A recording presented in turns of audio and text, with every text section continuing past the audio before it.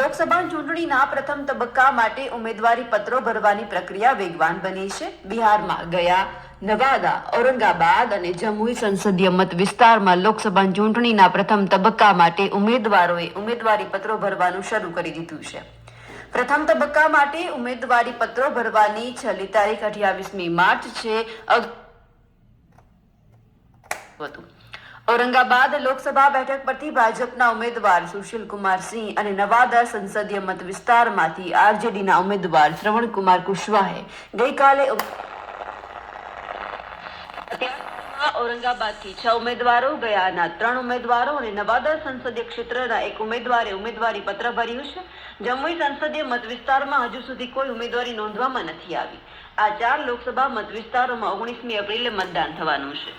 કેન્દ્ર શાસિત પ્રદેશ પુડુચેરીની એકમાત્ર લોકસભા બેઠક માટે ગઈકાલે 8 ઉમેદવારી પત્રો ભરાયા. આ બેઠક પર 19 એપ્રિલે મતદાન થશે. મણિપુર બાહ્ય સંસદીય મત વિસ્તાર માટે નાગા પીપલ્સ ફ્રન્ટ તરફથી અને મણિપુર આંતરિક સંસદીય મત વિસ્તાર માટે મણિપુર પીપલ્સ પાર્ટી તરફથી ઝિમિક અને આરના સોમરાન્દ્રોએ ગઈકાલે ઉમેદવારી.